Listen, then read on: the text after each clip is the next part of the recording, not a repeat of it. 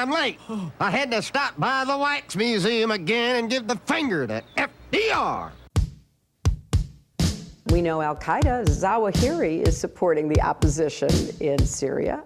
Are we supporting Al-Qaeda in Syria? Well, it's a proud day for America. And by God, we've kicked Vietnam syndrome once and for all. Thank you very, very much. I say it, I say it again, you've been had. You've been took. You've been hoodwinked. These witnesses are trying to simply deny things that just about everybody else accepts as fact. He came, he saw, he died. Well, we ain't killing their army, but we killing them. We be on CNN like, say our name, bitch, say it 3 times. The meeting of the largest armies in the history of the world. Then there's going to be an invasion. All right, you guys, introducing the great Ramzy Baroud from Palestine Chronicle, and he is the author of My Father Was a Freedom Fighter, and also The Last Earth, a Palestinian story, which is a great collection of chronicles of stories of individual Palestinian human beings and what they're about and what their history is and all these things. It's really great stuff. Welcome back to the show. How are you doing? I'm doing well. Thanks for having me again, Scott. Very happy to have you here. And did I mention that we republish 99% or something of what you write at antiwar.com? In fact, the only reason I rejected the last one is just I hate the ICC and all that UN stuff, but I totally feel you on the war crimes, though.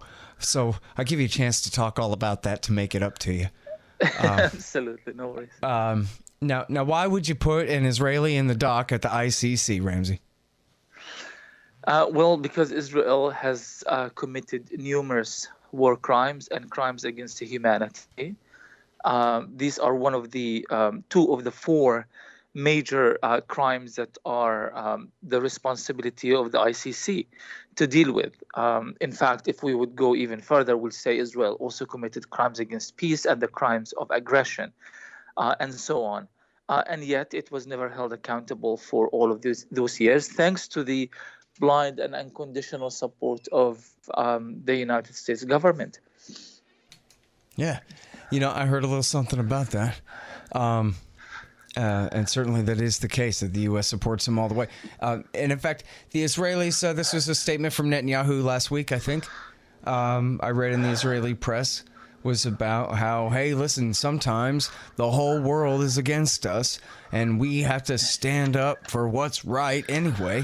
And of course, he was talking about, now I forget whether it was seizing the Golan Heights or shooting Palestinian kids at the Gaza border, or which exactly it was, but it was something that was wrong. It's the kind of thing where it ought to be cause for self-reflection. It's not like the whole world's invading Israel because, we all just wake up in the morning hating them so much or anything like that. Look at what the complaint is.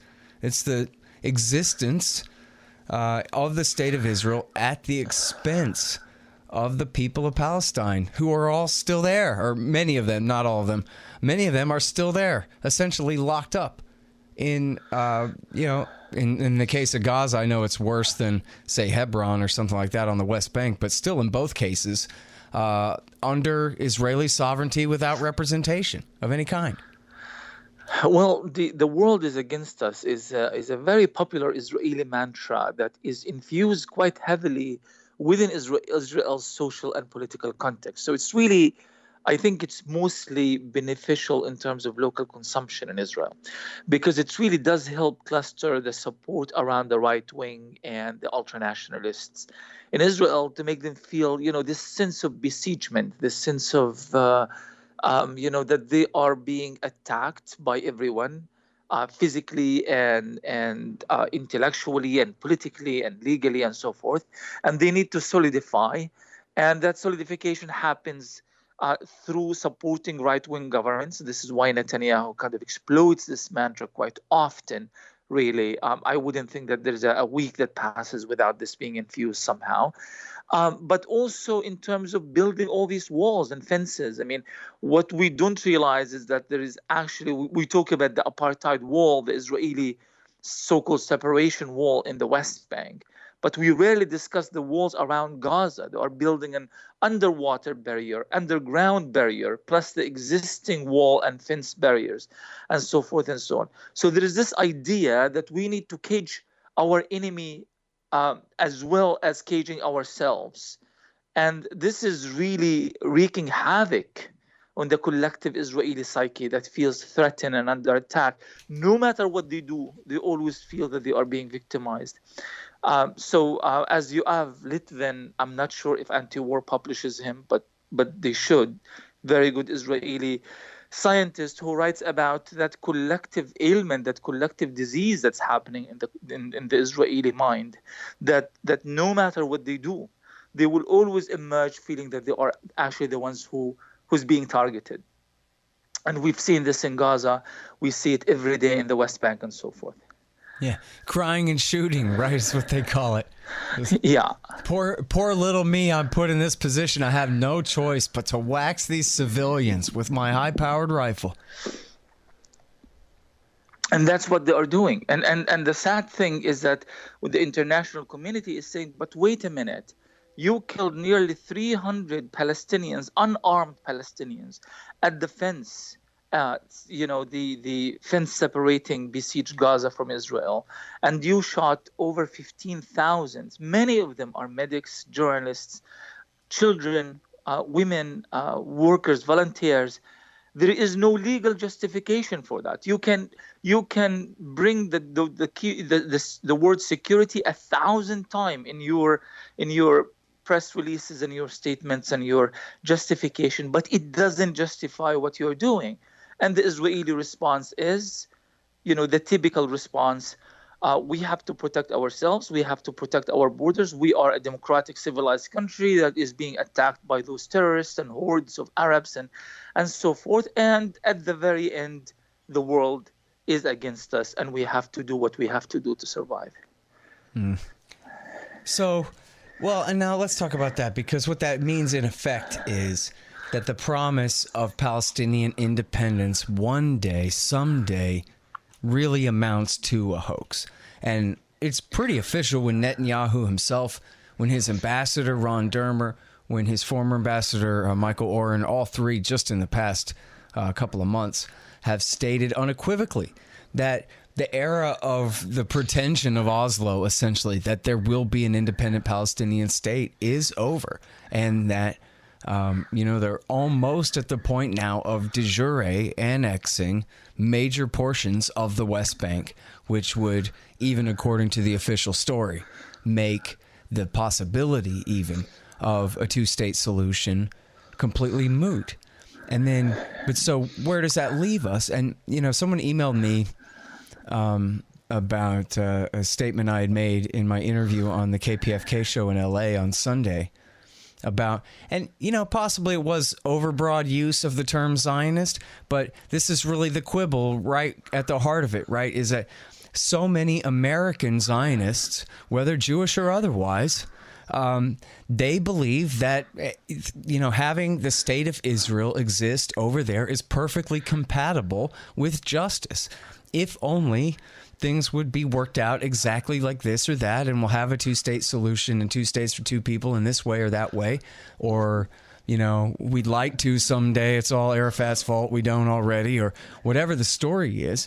And this is the point that you really drove home to me, was that there are plenty of kind of alternative realities where the Israelis very well could have made peace all this time, and yet we can only deal with this situation as it exists now, and that is that after seizing the West Bank and Gaza, and Golan for that matter, in 1967, that they've refused to back down from there, and they've made clear their intention that they will not back down from there. So the whole two-state thing is moot, and that means that there can't really be an Israel at all without it being an apartheid state.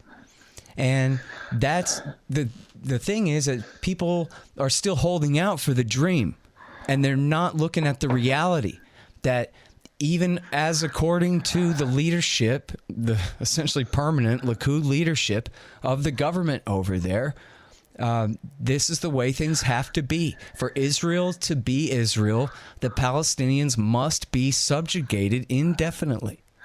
Absolutely. There is from a Zionist point of view, there is really no other way around it. Yesterday, I was writing an article for Al Jazeera about Zionism perception of Palestinian nature and the destruction of nature as part of the colonial mindset, destroying everything and rebuilding everything in the image of Zionism.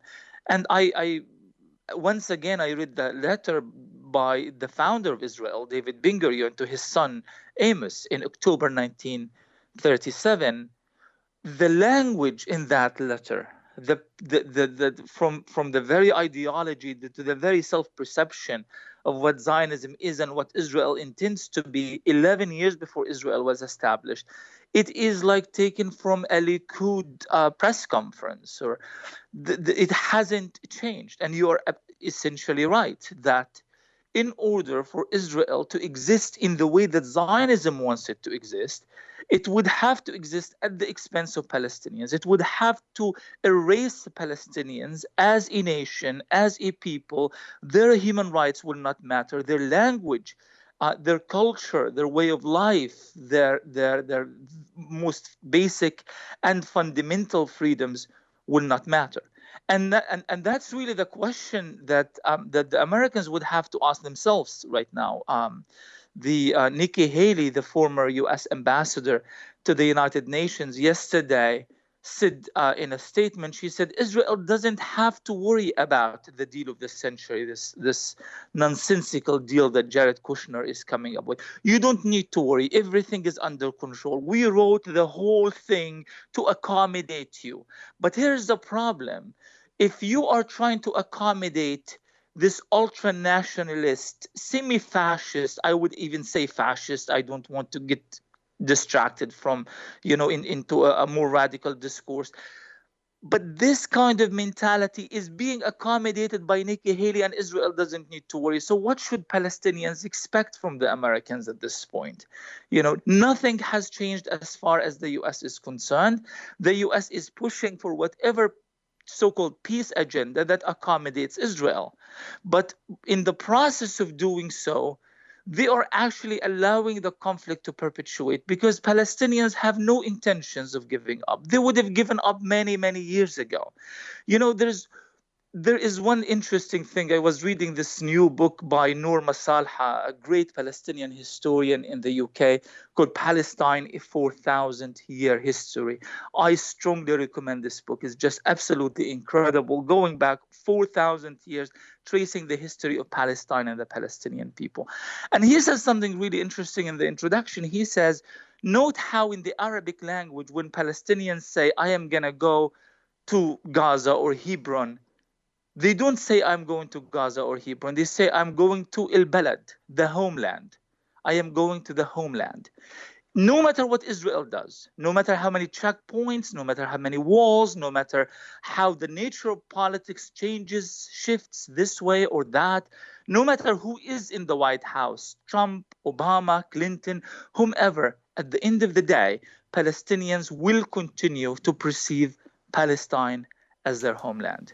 And as long as that is the case, everything else, as far as we are concerned, is a waste of time, because our perception doesn't change.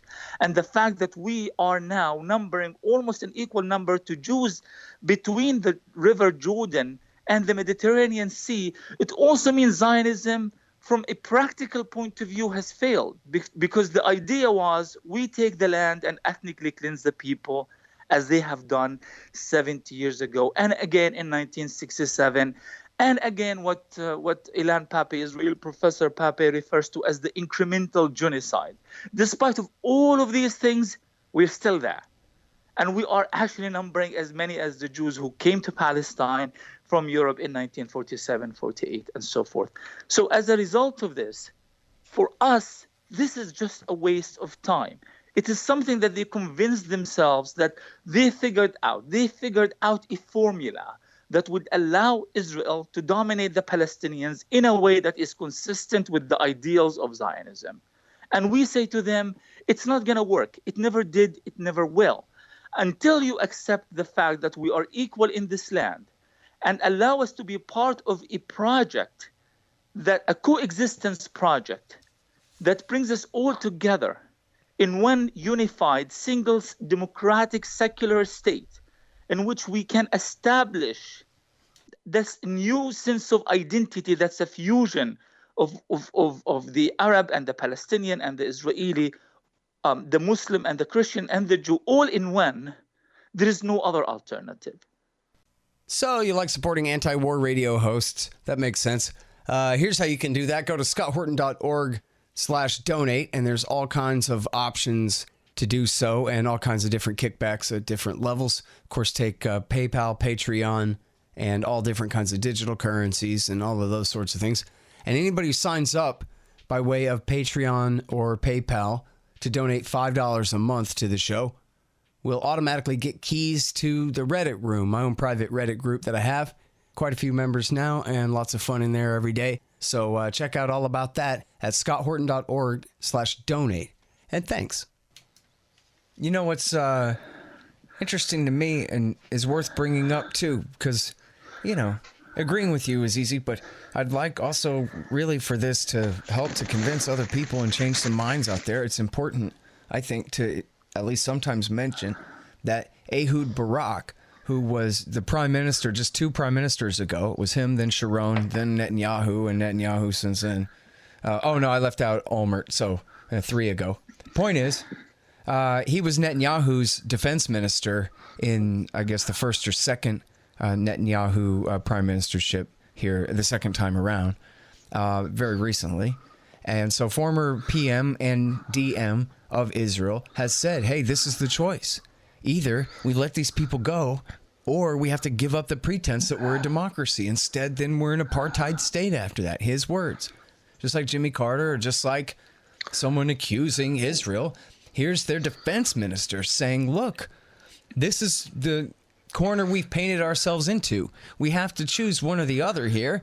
And, you know, I guess he was saying he can see why people don't want to let go of the West Bank and Gaza for whatever different reasons. He's saying the other choice is unthinkable.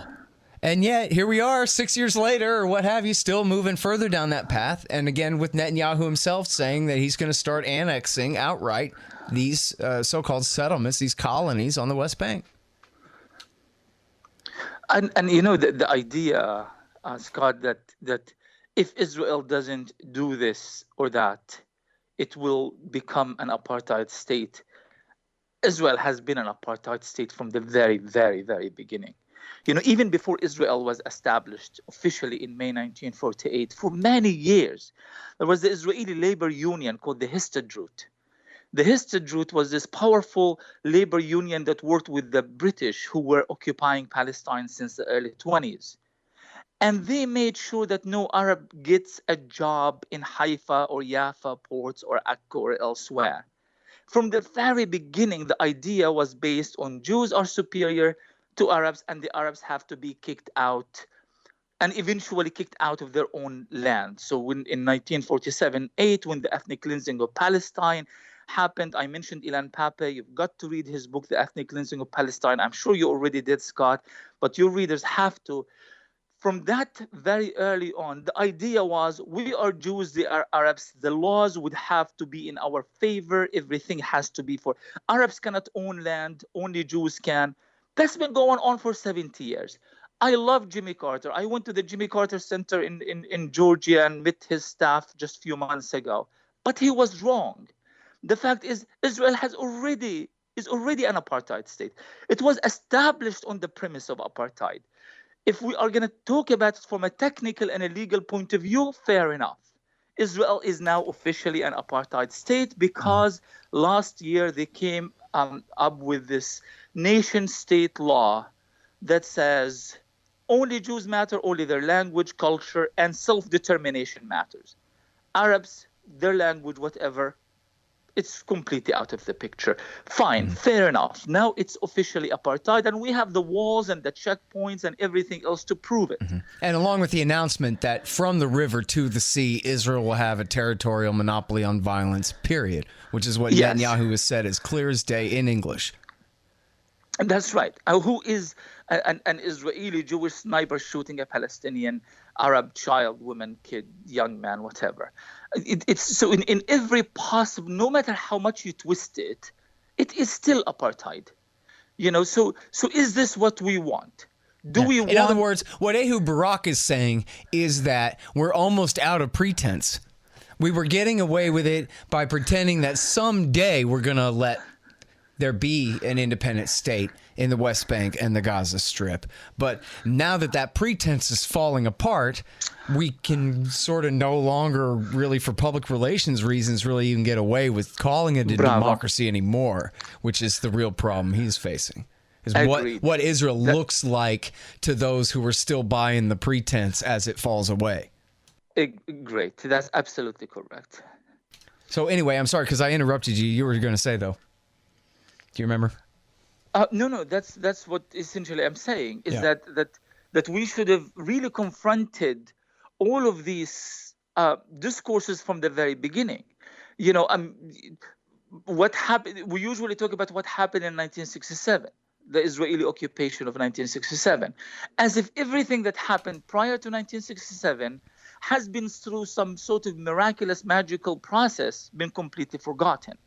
But from the very, very beginning in 1947-48, and this is not just historical, discourse, it's part of the reality. I mean, those children who are standing at the border between, or rather not the border, there's no border, the fence between Gaza and Israel, demanding their right of return. What right of return?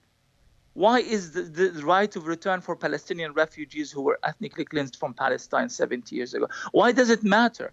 Are they just making trouble, coming with these nonsensical demands? No, because the vast majority of Palestinians are refugees. And most of these refugees trace their refugeedom, their original, date of becoming refugees to 1948. That issue was never resolved. Not fairly or unfairly, it was never addressed. It was always pushed to later date. The Israelis say there's nothing to talk about.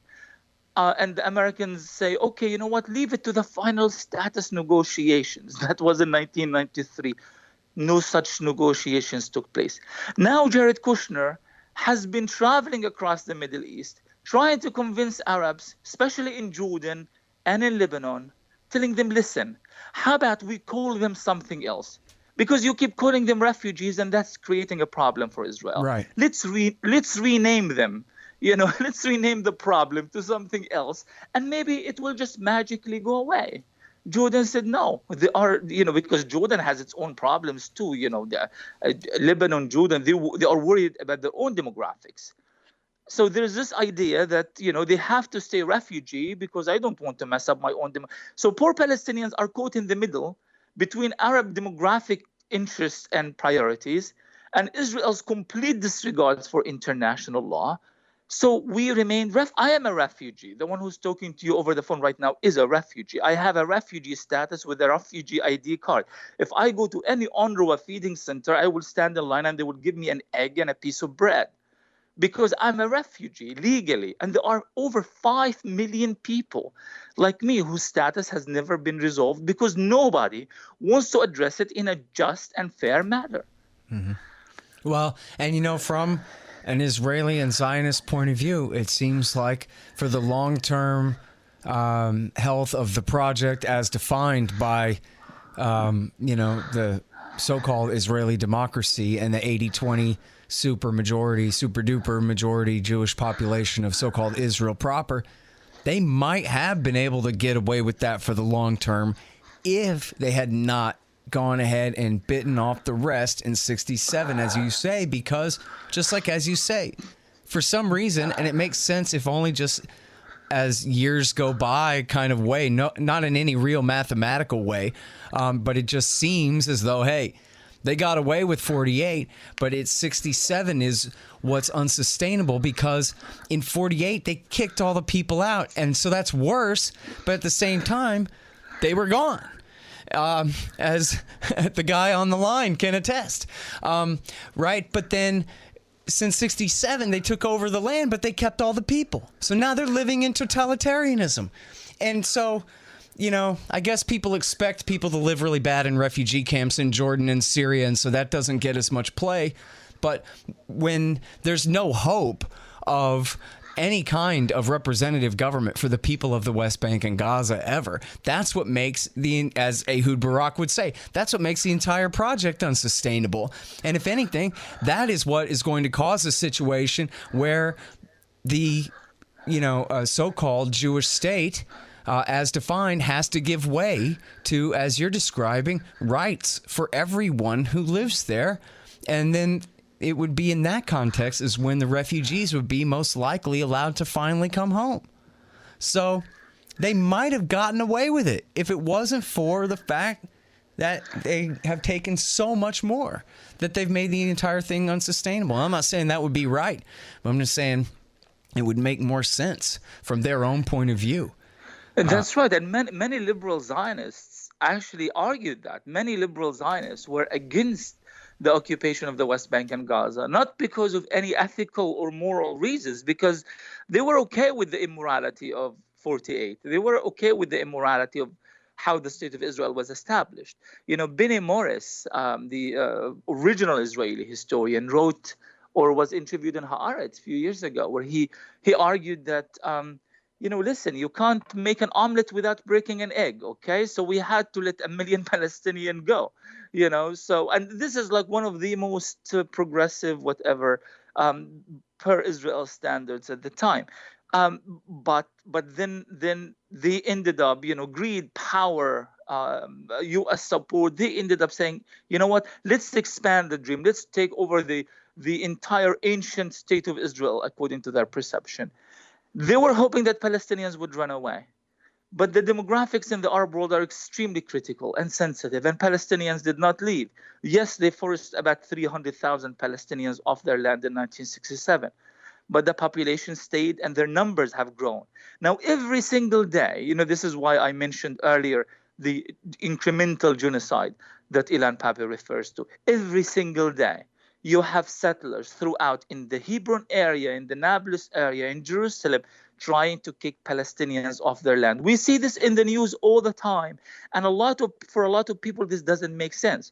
Why is this happening? What are they hoping to achieve by taking over an apartment over here, a house over here, destroying a few orchards here and there? That's what they are trying to do. They are hoping that eventually they will change the demographics in their favor. But all the numbers are showing to the contrary, that the number of Palestinians in Palestine is actually recovering and growing. And there is, in fact, according to the Electronic Intifada and other research websites, there are actually already more Palestinians than Israelis in that area, if you include Palestinians living in so-called Israel proper. So what do you do now?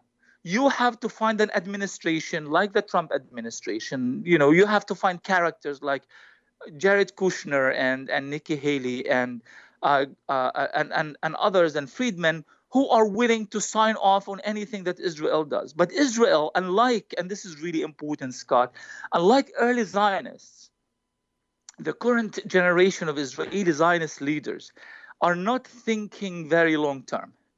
In the back in the day, Shimon Peres, Ariel Sharon, Itzhak Shamir, and all the way back to Ben Gurion, they thought years and years in advance. Netanyahu thinks about getting elected and re-elected, forming a government. We need to form a government. I need to show my religious allies that I'm strong enough. Let me go and kill a few Gazans. Mission accomplished. Now I am a strong Israeli. I will get more support when I'm trying to form the coalition. They are thinking in very incremental short term as opposed to long term. They are not aware of the fact that the Zionist dream, so-called, according to the old vision, has already been destroyed. There is absolutely no way you can achieve that already. So you have to subsist for eternity oppressing another nation, keeping them like cattle at checkpoints, humiliating them, killing them, sniping at them in Gaza, starving them as in Gaza, and denying them their identity, their rights, the right to even go, in the last Ramadan, in the last Friday, in the holy month of Ramadan, that Palestinians go to their holy places to worship because it's a particularly holy Friday. 2 children, 2 people, one is a 15-year-old, one is 19 years old kid, were shot trying to get to Jerusalem to pray. And this is the story. It just keeps repeating itself. And Israel just trying to hang on a little bit longer, day after day after day, but they know that original mission, as terrible as it was, has been quashed by their own action, by their inability to come up with any vision for peace and coexistence and redeem the past. Israel is not the only colonial country in the world. We know that. Many colonial countries have come and went, but you know what? I just came back from Australia and New Zealand, where I did a fantastic tour there. And it's clear, especially in countries like New Zealand, the old colonial system has been, removed, and people are trying to find common ground, give respect to the natives, find a way to coexist. There is a lot of examples of coexistence happening all over the world.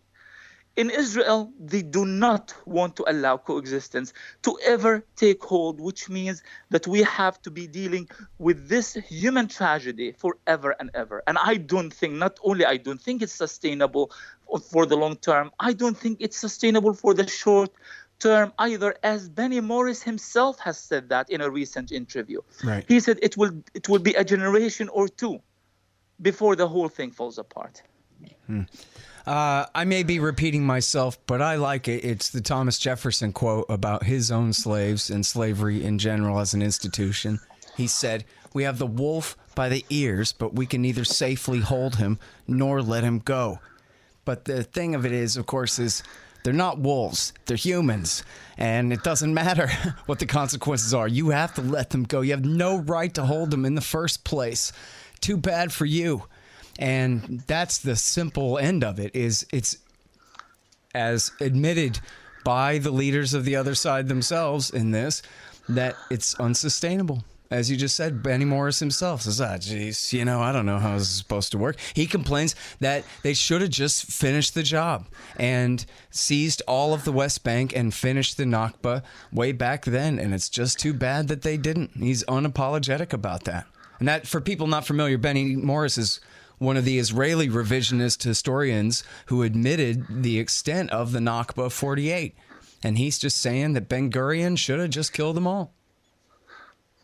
Or cleansed them all, force-marched them on a trail of tears all into the Jordan River somehow or something. Yeah.